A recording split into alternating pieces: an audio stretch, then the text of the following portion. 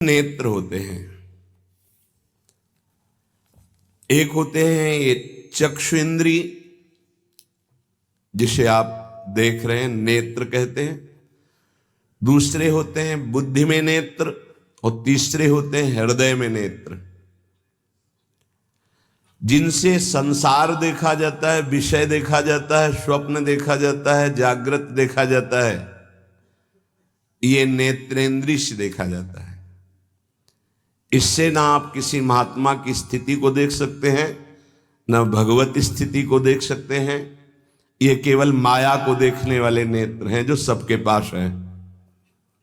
चक्षु इंद्रिय, ये इससे आप किसी की स्थिति नहीं देख सकते, इससे आप परमात्मा दर्शन नहीं कर सकते, इससे आप तत्व दर्शन नहीं कर सकते। ये केवल ब्रह्मा के द्वारा रचे हुए नेत्र ब्रह्मा की रचना को ही देख सकते हैं, बस। नेत्र ब्रह्मा की रचना को ही देख सकते हैं, बस। आगे है बुद्धि नेत्र। ये ज्ञान नेत्र हैं। जब बुद्धि में ज्ञान नेत्र प्रकाशित होता है तो तत्व बोध होता है, और भक्तों के हृदय नेत्र खुलते हैं। ही के नयन निहारे, हृदय के नेत्र जब खुलते हैं तो प्रिया प्रीतम की रूप माधुरी, लीला माधुरी, ये उसके नेत्रों में, इन नेत्रों में झलकते हैं। अंदर के दो नेत्र जब ज्ञान चक्षु खुलते हैं तो सर्वत्र आत्म तत्व का दर्शन करता है, अपने स्वरूप का अनुभव करता है, ब्रह्म तत्व का अनुभव करता है। जब हृदय के नेत्र खुलते हैं तो सर्वत्र चिद चिद लक्षणम सर्वम राधा कृष्णमयम जगत, वो तत्व को राधा कृष्ण के रूप में, जैसे गोस्वामी जी सिया राम में। लेकिन इन नेत्रों से ये दोनों बातें नहीं देखी जा सकती, और इन्हीं नेत्रों से ये दोनों बातें देखी जा सकती हैं जब बुद्धि के नेत्र खुल जाएं और हृदय के नेत्र खुल जाए। उपासक हृदय के नेत्र खोलने का प्रयास करें। वो पहले आहार शुद्धि करें, बहुत भोजन शुद्ध। बड़ी कृपा है, आकाशवृत्ति से जीवन चलता है, श्री जी को भोग लग करके मिलता है, परम पवित्र है। अब जो बात करें, पाते समय उपास्य देव के सिवा अन्य कोई विचार नहीं रह जाना चाहिए। ये ध्यान उपासक दे। इसीलिए नाम कीर्तन चला दिया जाता है। चलता है नाम कीर्तन, नाम कीर्तन चला दिया जाता है कि आपका मन किसी विषय का चिंतन न करने पावे, नाम कानों में पड़े और चिंतन नाम का हो। जब हम भोजन के साथ भजन चलाते हैं तो वो भोजन जब पचता है तो नस नस में परम पवित्रता और भजन के परमाणु फैलाता है। अब जैसे आजकल भोजन की प्रथा, जूता मोजा वही शौच में पहन के गए हैं, वही लघुशंका में, और वही होटल में बैठ के वैसे ही जूता मोजा, वही कपड़े, वैसे ही बनाने वाला क्या भाव वाला है, कैसी पवित्रता रखता है, और पाने वाला क्या भाव रखे हैं और कैसी पवित्रता है, इन सब का प्रभाव भोजन पे पड़ता है। अगर भोजन ठीक नहीं तो बुद्धि निर्णय नहीं कर पाएगी ठीक। हृदय के नेत्र खुलने के बाद तो बहुत दूर रही, इन नेत्रों से भी सही नहीं दिखाई देता, गंदा ही दिखाई देने लगता है। इन नेत्रों में गंदगी बढ़ जाती है। जिसकी तरफ देखो तो वासना की दृष्टि से देखो, दोष दृष्टि से देखो, राग द्वेष की दृष्टि से देखो, ब्रह्म दृष्टि, भगवत दृष्टि उसकी नहीं आ सकती। ये बहुत जरूरी है। अरे कहीं भागा थोड़ी जा रहा है भोजन, धैर्य पूर्वक चिंतन करते हुए, नाम चल रहा है तो उसी नाम का चिंतन करते हुए। अब जैसे अपने लोग पूर्वाभ्यास तो पद, पद चला लिया, बड़ी सुविधा रहती है। पद, कोई बड़ा पद ले लिया और मानसिक पद गुनगुना भी रहे हैं, चिंतन भी कर रहे, प्रसाद भी पा रहे। कोई पद उठा ले, बड़ा पद, देखत नो निकुंज सुन सजनी लागत, प्रथम यथामति प्रणव बिहरत दो प्रीतम कुंज। अब जब तक पद पूरा नहीं होगा तो भागेगा नहीं, और भागेगा तो पद नहीं पूरा होगा, पकड़ हो जाएगी। अब पद चल रहा है, प्रसाद पा रहे हैं, तो कभी कभी प्रसाद पाते पाते आंसू चल रहे हैं, प्रसाद पा रहे हैं, पद चल रहा है। अब वो भोजन क्या करेगा? प्रसाद नस नस में जाकर भागवतिक भाव संचरित करेगा। अब आप प्रसाद पा रहे हैं, किसी द्वेषी का चिंतन कर रहे हैं, गुस्सा आ रही, अब नस नस को वो क्रोध से युक्त करने वाली वृत्ति पैदा करेगा। आप प्रसाद पा रहे हैं, कोई काम चिंतन कर रहे हैं, वही प्रभाव आपके अंदर पड़ेगा।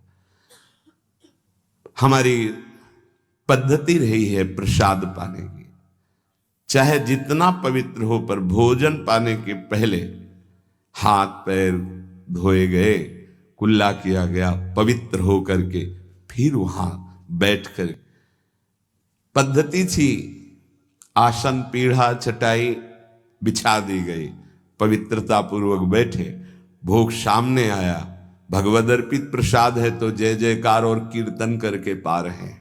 अगर वो ऐसी जगह से मिला है, भगवद अर्पित नहीं है, तो अपने सामने 1 मिनट रुक कर भगवद अर्पित करते हैं, फिर जय जयकार इष्ट की, गुरुदेव की, भगवान नामों की गूंज करके फिर पाते।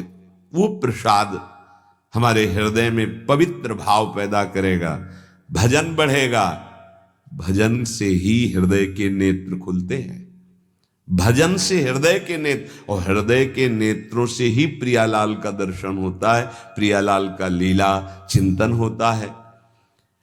जो अपनी नस नस में नाम, पवित्रता, भक्ति, ज्ञान, तो भोजन में बहुत सावधान रहिए। ये 24 घंटे के लिए हमारे विचारों को अपवित्र या पवित्र करेगा भोजन। अगर अशुद्ध भोजन हो गया तो 2-3 दिन तक तो विक्षेप पड़ेगा ही। अगर बहुत ही निषिद्ध भोजन हो गया तो हो सकता है कि भजन भी रुक जाए, विक्षेप क्या रुक जाए, ऐसा ऐसा भोजन होता है। भोजन बहुत संभाल के, भले भूखा रहना पड़े तो अच्छा है 1-2 दिन, पर ऐसा भोजन न होने पावे जो हमारे भजन को छीण करे। प्रायः जब श्री जी की शरणागति दीक्षा दी जाती है यहाँ, तो पहला कि तुम्हें 11 माला गुरु मंत्र के तो करने ही हैं, दूसरा 12 पद चतुरासी जी के पढ़ने ही हैं पक्का, तीसरा तुम्हें उस रसोई से कभी भोजन नहीं पाना है जिसमें मांस बना है, जिसमें मांस रांधा गया है। भले तुमको वहां दाल रोटी खीर और ये सब बना के दे, पर वो सात्विक भोजन नहीं होगा, वो राक्षसी भोजन होगा, क्योंकि वो रसोई अपवित्र है, उसके पात्र अपवित्र। ये दीक्षा के समय दिया जाता है। चौथा, जो तुम्हारे उपासना की, इष्ट की, गुरुदेव की, संतों की, भगवत स्वरूपों की निंदा करे, वो चाहे रिश्तेदार, नातेदार, चाहे कोई भी हो, हम उससे संभाषण बैठकर नहीं करेंगे, कान में उंगली डालकर राधा राधा बोलकर चले जाएंगे। ये दीक्षा के समय शिक्षा दी जाती है। यदि आप अपने कुसंग को नहीं त्याग सके, भोजन का सुधार नहीं कर सके, तो भजन में रुचि नहीं होगी। ध्यान रखना, हम जैसा अन्न पाते हैं वैसा मन बनता है, जैसा मन होता है वैसे ही चिंतन होता है। हमें हृदय के नेत्र खोलने हैं तो हमें आहार पवित्र करना है। पवित्र आहार पवित्र चिंतन के साथ हमें पाना है, ऐसे जल्दीबाजी नहीं। जल्दीबाजी है तो हम नहीं पा रहे हैं, जब हमें समय होगा पा लेंगे। कोई प्राण थोड़ी निकल जाएंगे, एक बार न पाएंगे, एक दिन ना पाएंगे, नहीं निकलते। कई कई दिन भोजन न पाने पर भी ऐसा नहीं होता कि प्राण निकल गए। बड़ी सामर्थ्य है, प्रभु ने सामर्थ्य दी है। उपासक सावधान रहे, कहीं प्रसाद पाते समय कोई ऐसा दृश्य, ऐसी वार्ता न कर बैठे जो भजन में बड़ी हानि पैदा कर दे। जैसे आप मोबाइल रख लिए और आप ऐसे दृश्य देख रहे हो जो आपका सर्वनाश करने वाले हो, भोजन पा रहे हो, तो आप निश्चित समझ लेना, निश्चित भ्रष्ट हो जाओगे, आगे नहीं बढ़ पाओगे, गिर जाओगे। भोजन के समय यदि आपका मन पद में नहीं लग रहा, भजन में नहीं लग रहा, तो जैसे यंत्र है आपके पास, तो चतुरासी जी लगा दीजिए, सत्संग लगा दीजिए। आपका चिंतन बनना चाहिए भागवती, कोई गलत चिंतन नहीं। और अगर कोई पास बैठा है तो वार्ता नहीं होनी चाहिए। भोजन के समय वार्ता निषेध है, वो वार्ता का समय नहीं, वो एकाग्रता पूर्वक पूरे 24 घंटे के लिए हम अपने विचार पावन करने के लिए बिल्कुल मौन होकर के भगवत चिंतन या भगवत श्रवण करते हुए प्रसाद पावे। आप सब आज से ये नियम ले लें, केवल परोसने वाले की आवाज सुनाई देनी चाहिए। श्री जी का प्रसाद जो आप परोस रहे हैं उसका उच्चारण करते हुए आपको प्रसाद, रोटी प्रसाद चाहिए तो वो पूछ सकते हैं। इसके अलावा पाने वाले की आवाज बस जी दे दीजिए, इससे ज्यादा कोई शब्द नहीं आना चाहिए। देखो, अगर प्रार्थना मानोगे तो आप आगे परमार्थ में बढ़ोगे। जो प्रसाद पाने का समय है वो बहुत 24 घंटे के भजन के लिए बहुत कीमती बात है। अगर उस समय आपका कोई प्रपंच वार्ता, कोई लौकिक वार्ता, राग द्वेष वार्ता, बिल्कुल नहीं, मौन आज से नियम रख लो। दे दीजिए ये शब्द उच्चारण और ले लीजिए प्रसाद ये शब्द, इसके अलावा और कोई शब्द नहीं होना चाहिए।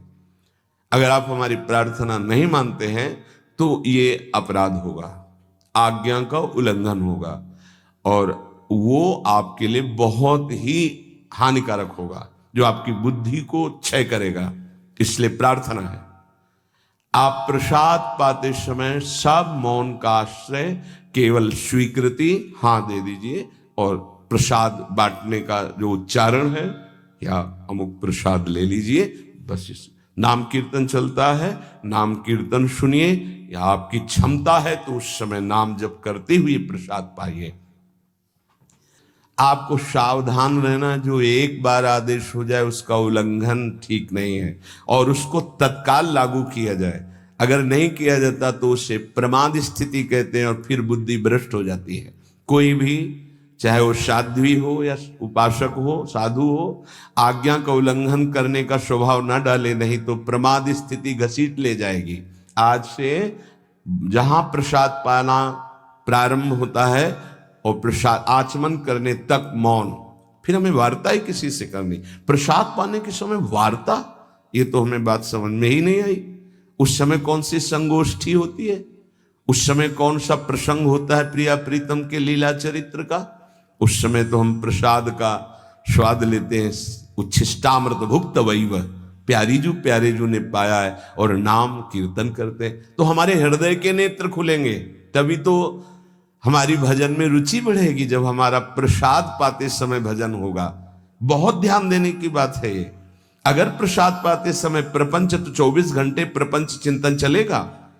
अगर प्रसाद पाते समय राग द्वेष की चर्चा, काम क्रोध की वार्ता, तो हृदय मलिन हो जाएगा। हम प्रसाद पाते हैं पवित्रता के लिए, प्राण पोषण के लिए, तो प्राण पोषण और पवित्रता दोनों होगी भगवत चिंतन से। केवल प्राण पोषण हुआ, बुद्धि अपवित्र हो गई तो फायदा क्या? जो नाम जप करता है उसको कभी ये चिंता नहीं करनी कि अब हमारे जो पूर्व पाप हैं वो कैसे नष्ट होंगे। वज्रम पाप मही भृताम,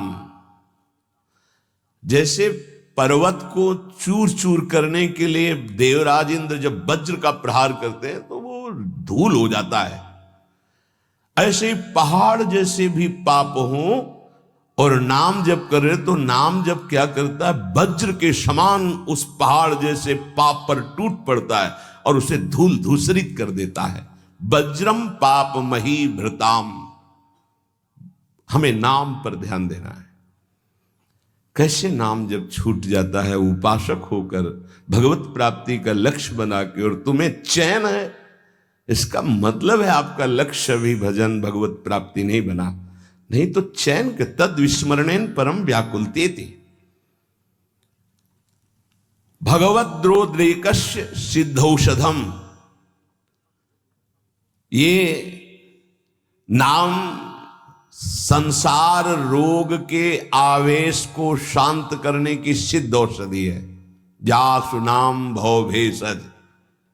ये भगवन नाम ये भव रोग की अचूक औषधि है। अर्थात नाम जापक को भी ये भी चिंता नहीं करने की हमारा कल्याण होगा कि नहीं। नाम चल रहा है, ये हमें भव समुद्र से पार ही नहीं, भव समुद्र को सुखा देगा। नाम लेत भव सिंधु सुखाही, करो विचार सुजन मन माही। पाप के पर्वत को वज्र की तरह नाम टूटकर धूल धूसरित कर देता है और भव समुद्र को सुखा देता है। पार जाने की जरूरत ही नहीं, खत्म ही हो जाता है, कल्याण की चिंता नहीं।